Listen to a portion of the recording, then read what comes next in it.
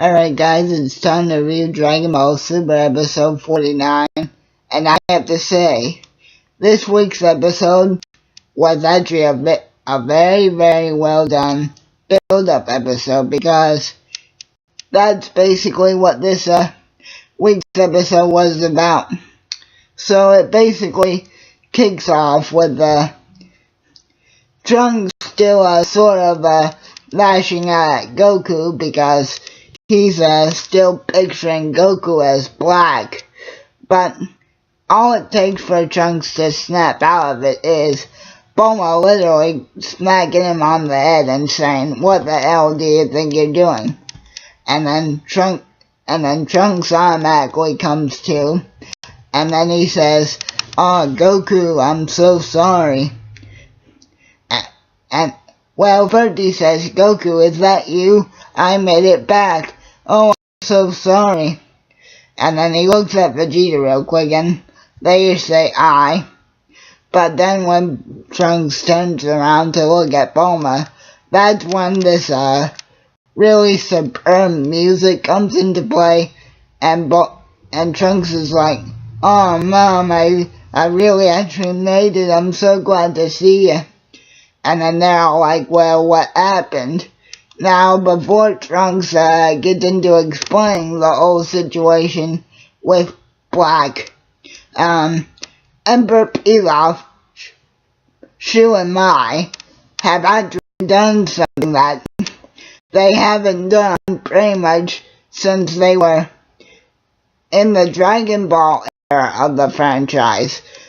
They actually did something smart and were able to determine that Trunks from the future and Trunks from our timeline actually are the same person.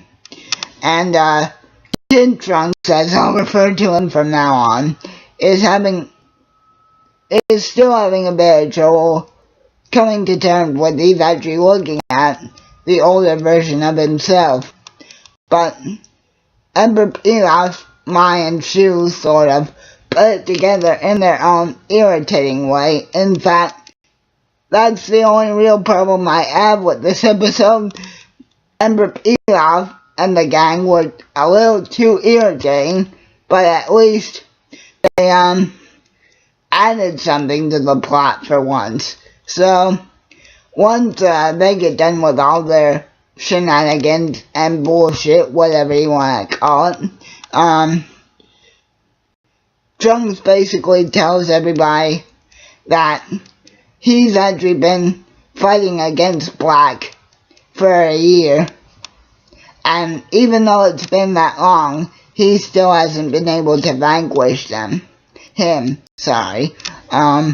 But before Trunks gets into the whole Black situation, Trunks actually reveals something remarkable, truly mind-blowing in fact.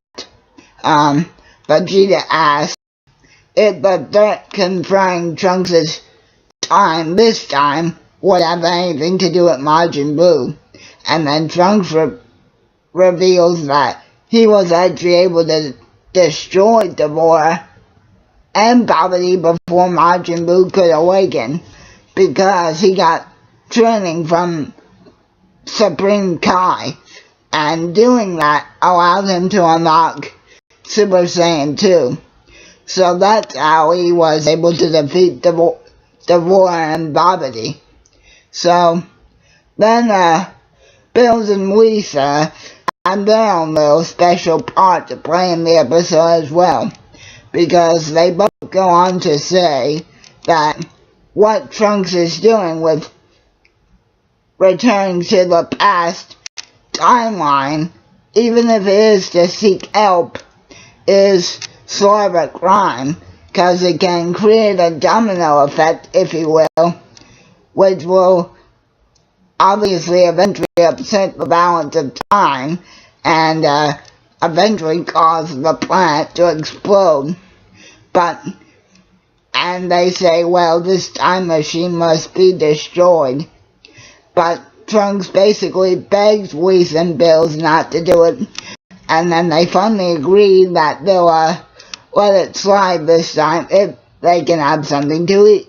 So Bulma gives both of them this candy bar type thing, and that basically shuts them up a bit. And then eventually, Bulma finds all the notes on the time machine from her future counterpart, and they basically reveal that future Bulma wanted present day Bulma to sort of basically not only give the time machine enough fuel for another trip, but also improve upon it so Goku and Vegeta could go to the future and deal with Black personally. But before all this, Vegeta actually gets to have a real father-son moment with Trunks, if you will, and says, "You're a coward for running away against Black." But Vegeta eventually overlooks it, and then right before the episode ends and cuts to its most interesting part, in my opinion, Goku asks Trunks, "Hey, I want to see how good you are. Let's fight one-on-one."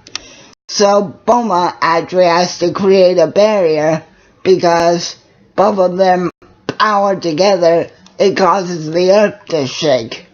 And then Trunks basically gives it everything he has, even turning it up a notch to Super Saiyan 2. And then Goku says, "Alright, let me show you the third stage."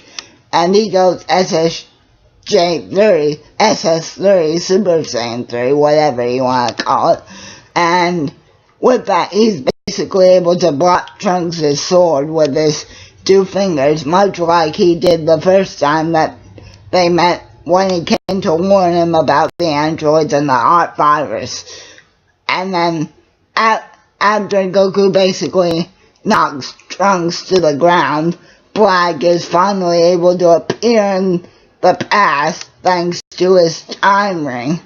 And let me tell you, that entrance, guys, was beyond excellent, because the sky literally opens and boom, there Black is. And that's the end of the episode. So, again, a lot of great build up in this episode. Solid 8 out of 10 for me. So, that's all I really wanted to say. I hope you guys enjoyed as much as I did, and keep on rocking. Yeah.